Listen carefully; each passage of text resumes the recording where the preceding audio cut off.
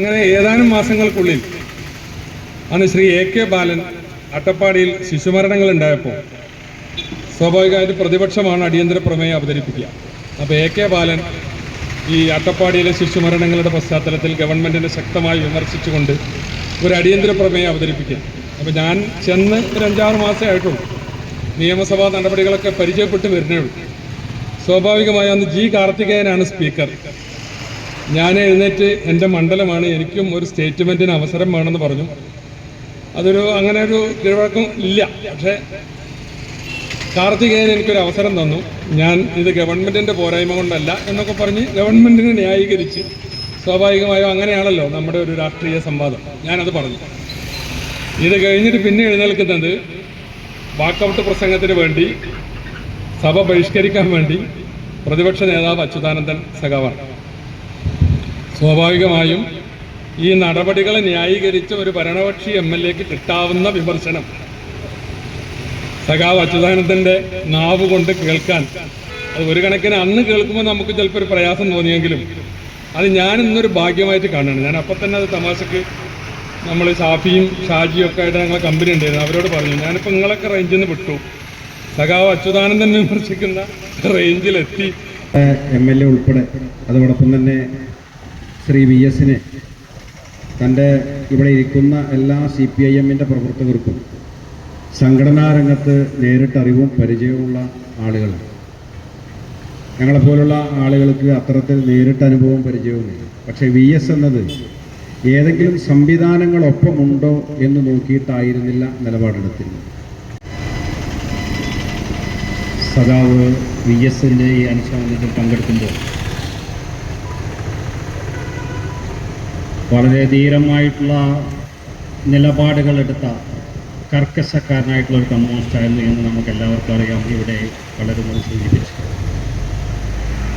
നമ്മൾ ബുൾഡോസർ രാജ് എന്ന് നമ്മൾ കേട്ടിട്ടുണ്ടാവും. ഇപ്പോൾ 2017 മുതൽ ഉത്തരേന്ത്യയിലെല്ലാം നമ്മൾ കേൾക്കുന്ന ഒരു പേരാണ് ബുൾഡോസർ രാജ്. 2007 മെയ് 13 കേരളത്തിൽ ബുൾഡോസർ രാജ് ഇറക്കിയ രാജ്യത്തെ തന്നെ ആദ്യ മുഖ്യമന്ത്രിയാണ് VS അച്യുതാനന്ദൻ എന്ന് പറഞ്ഞു. ജീവിതം മുഴുവൻ ഒരു പോരാട്ടത്തിൻ്റെ നാടിന് വേണ്ടി സമർപ്പിച്ച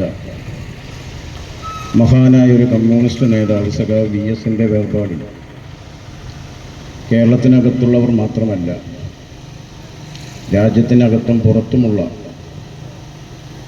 എല്ലാ വിഭാഗം ആളുകളും അദ്ദേഹത്തിൻ്റെ വേർപാടിൽ അഗാധമായ ദുഃഖം രേഖപ്പെടുത്തുന്ന കാഴ്ചയാണ്. ഏരിയ സെക്രട്ടറി പറഞ്ഞ പോലെ നമുക്ക് ഈ പരിപാടി നടത്താൻ കാത്തു നിൽക്കാൻ കഴിയാത്ത അടിസ്ഥാനത്തിലാണ് ഇപ്പോൾ തന്നെ നടന്നത്. ഏതായാലും പ്രകൃതി പോലും ഈ പരിപാടി നടത്താൻ വേണ്ടിയിട്ടുള്ള അനുകൂലമായിട്ടുള്ള സാഹചര്യം ലഭിച്ചിരിക്കുക. നമുക്കറിയാം, കഴിഞ്ഞ 21-ാം തീയതി വൈകുന്നേരം 3:20 നമ്മളൊക്കെ വളരെ വേദനിപ്പിച്ചുകൊണ്ട് തന്നെ വളരെ വലിയ രീതിയിലുള്ള വെന്റിലേറ്ററിൽ സാങ്കേതികമായി ശ്രമിച്ചുകൊണ്ട് ഇരിക്കുന്ന ആ മഹാത്മാവിൻ്റെ പറയുന്ന സാഹചര്യം, വേർപാട് വിവരിച്ചുകൊണ്ട് തന്നെയാണ് കാലം കുറച്ച് ദിവസങ്ങളായി കേരളത്തിലെല്ലാം മൊത്തം രാജ്യത്തെ ജനങ്ങൾ നന്മയ്ക്കു കാവലായി കാലം കനിഞ്ഞൊരു കനവിന്റെ പേരാണു VS.